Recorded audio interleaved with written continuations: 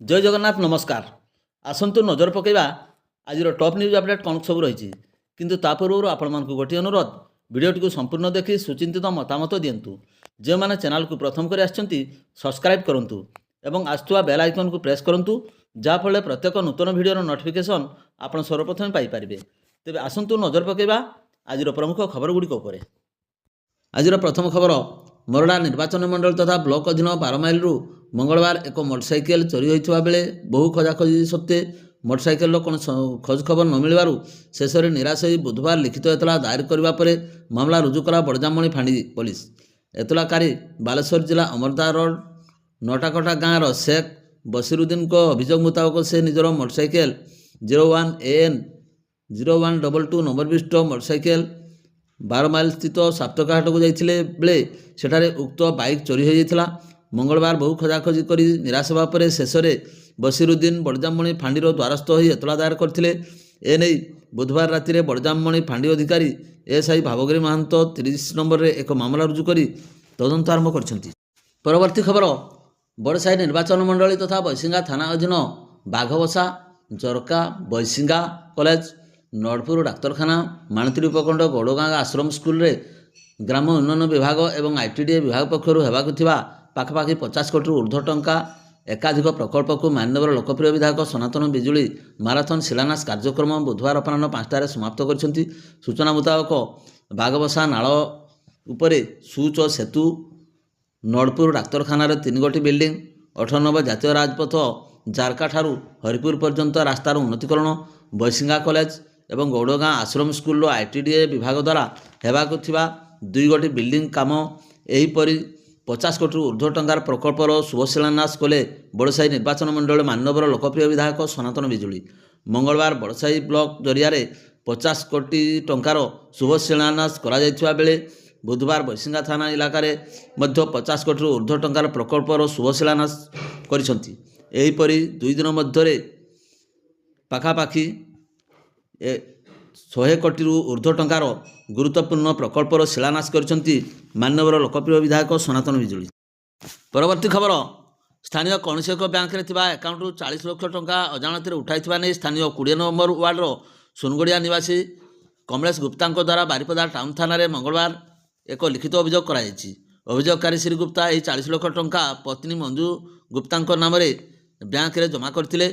यही जमा टंकार मिलता सुधर उभयंकर औषध समेत अन्य खर्च चलूला किंतु तांको स्त्री मृत्यु पर किभली भाव में बैंक में दि जाता पत्नीकर मनोनीत व्यक्ति बदल में यही टंका उठाण होईची आश्चर्य कर संपर्क में तदंत सकाशे करा अभियोग थाना एक मामला रुजु होगा सहित तदंत चालू रही। परवर्ती खबर उदला सरस्वती मेला आसंता फेब्रुआरी 2 तारिख आरंभ हो बोली आयोजक साधारण परिषद बैठकर चूड़ांत होईची। मंदिर परिसर में आयोजित बैठक में आईनजीवी बसंत कुमार परिणा सभापतित्व में नगरपाल प्रमिला पंडा पूर्वतन विधायक श्रीनाथ सोरेन अध्यापक लिली भल पूर्वतन सभापति संतोष बेहरा जगन्नाथ कमिटी संपादक लक्ष्मण नायक उपखंड अखिल संघ संपादक रजत महापात्र संपादक रवींद्र परिड़ा कोषाध्यक्ष डिकेन्स बेहरा उपदेष्टा हाड़ीबंधु पथाल क्षीरोद महांती प्रभात परिड़ा मेला आयोजक संपर्क में आलोचना करथिले। चलित वर्ष पथ उत्सव को आकर्षणीय सांस्कृतिक संध्या प्रतिदिन एवं बाणीपीठ सम्मान प्रदान नहीं सम्मति प्रकाश करथिले। चलित वर्ष उदला सरस्वती मेला उदला हाईस्कल पड़िया हेबो बोली स्थिरीकृत होईची। उदला तथा उत्तर ओडिशार सर्वपुरातन ऐतिह्य संपन्न पारंपरिक मेला 100 वर्षरू अधिक समय धरी आयोजित हो आसुची। परवर्ती खबर स्थानीय तकरपुर स्थित महाराजा पूर्णचंद्र स्वयंशासित महाविद्यालय परिसर मध्य को वैध कागजपत्र बिना कौन छात्र छात्री बाइक प्रवेश को अनुमति दिज्व ना बोली महाविद्यालय अध्यक्ष प्रोफेसर नारायण प्रसाद बेहरा द्वारा स्वतंत्र विज्ञप्ति अनुजाई कटकणा जारी कराई।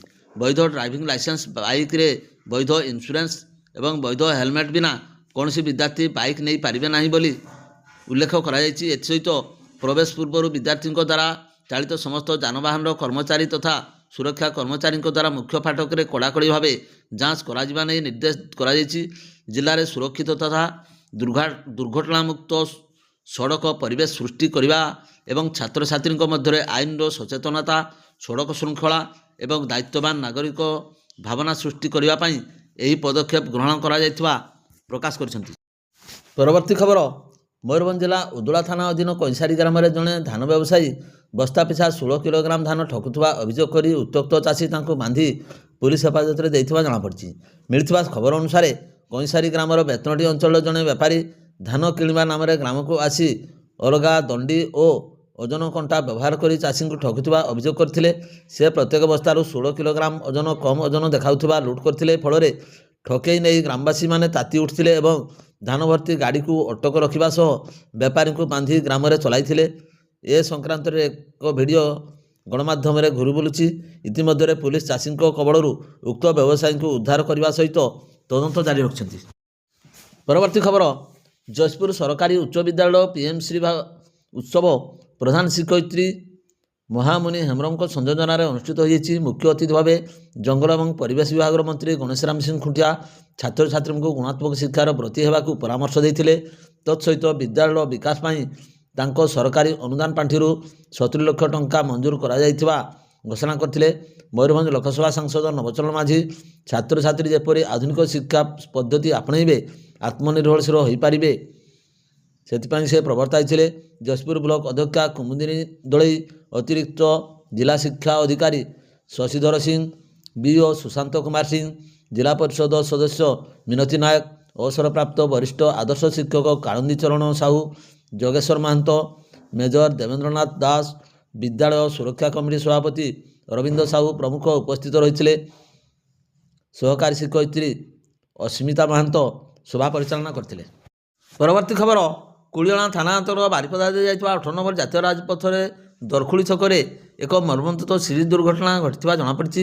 ମିଳିଥିବା ଖବର ଅନୁଯାୟୀ ଦରଖୁଳି ଛକରେ କାର ନମ୍ବର OD 11AH 2848 ରାସ୍ତା ଉପରେ ଠିଆ ହୋଇଥିବା ବେଳେ ତା ପଛକୁ ଏକ ବାଇକ୍ ଧକ୍କା ଦେଇଥିଲା।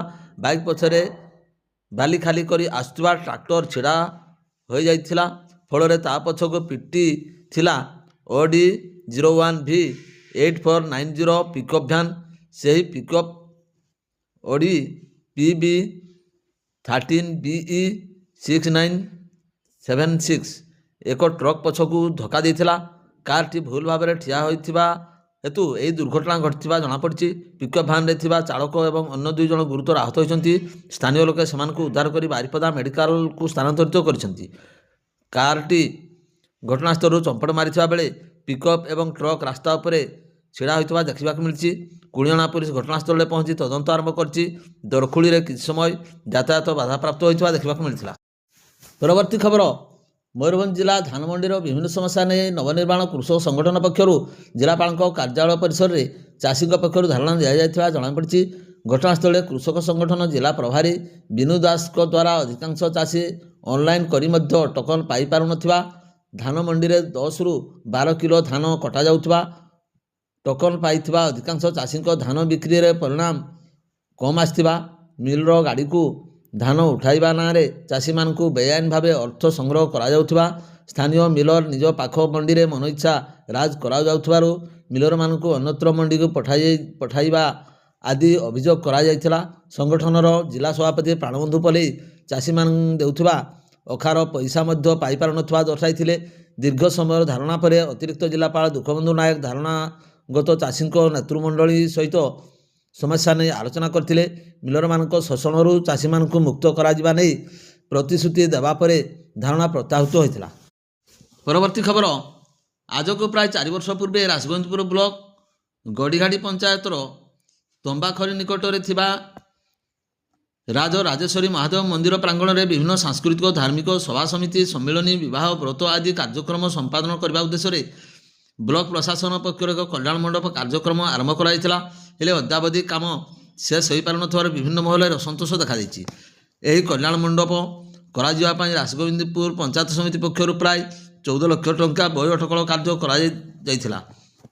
ପରିତାପର ବିଷୟ ଗ୍ରେଡ୍ ବିମ୍ ପର୍ଯ୍ୟନ୍ତ କାର୍ଯ୍ୟ ହେବା ପରେ ଆଜକୁ ଦୀର୍ଘଦିନ ଏହି କାର୍ଯ୍ୟ ବନ୍ଦ ହୋଇ ଅଧନିର୍ମିତ ଅବସ୍ଥାରେ ପଡ଼ି ରହିଛି। କାହିଁକି ଏବଂ କେଉଁ କାରଣରୁ ଲୋକଙ୍କର କଲ୍ୟାଣ ନିମନ୍ତେ ନିର୍ମାଣ କରାଯାଉଥିବା ଉକ୍ତ ପ୍ରକଳ୍ପକୁ ବନ୍ଦ ରଖାଯାଇଛି ତାହା ସ୍ଥାନୀୟ ଅଞ୍ଚଳବାସୀଙ୍କୁ ମଧ୍ୟ ଅଗୋଚର। ନିର୍ମାଣ କାର୍ଯ୍ୟ ଆରମ୍ଭ କରାଯାଇ ଅର୍ଦ୍ଧନିର୍ମିତ ଅବସ୍ଥାରେ ପଡ଼ି ରହିଥିବା ଏହି କଲ୍ୟାଣ ମଣ୍ଡପ ଏବେ ଅଳିଆ ଆବର୍ଜନାରେ ଭର୍ତ୍ତି ହେବାକୁ ପଡ଼ିଛି। ଏହାକୁ ତୁରନ୍ତ କାର୍ଯ୍ୟ ଆରମ୍ଭ କରାଯାଇ ପୂର୍ଣ୍ଣାଙ୍ଗ ରୂପରେଖ ଦେବା ପାଇଁ ପଞ୍ଚାୟତର ଅବସରପ୍ରାପ୍ତ ଏବଂ ବରିଷ୍ଠ ନାଗରିକ ସୁରକ୍ଷା ମଞ୍ଚର ସଭାପତି ବେଣୁଧର ସାହୁ, ସାଧାରଣ ସମ୍ପାଦକ ପ୍ରଫେସର ଜଗନ୍ନାଥ ସାହୁଙ୍କ ଦ୍ୱାରା ମୟୂରଭଞ୍ଜ ଜିଲ୍ଲାପାଳଙ୍କ ଅଭିଯୋଗ ପ୍ରକୋଷ୍ଠରେ ଅଭିଯୋଗ କରିଛନ୍ତି। ଭିଡ଼ିଓଟିକୁ ଶେଷ ପର୍ଯ୍ୟନ୍ତ ଦେଖିଥିବାରୁ ଆପଣଙ୍କୁ ଅଶେଷ ଅଶେଷ ଧନ୍ୟବାଦ।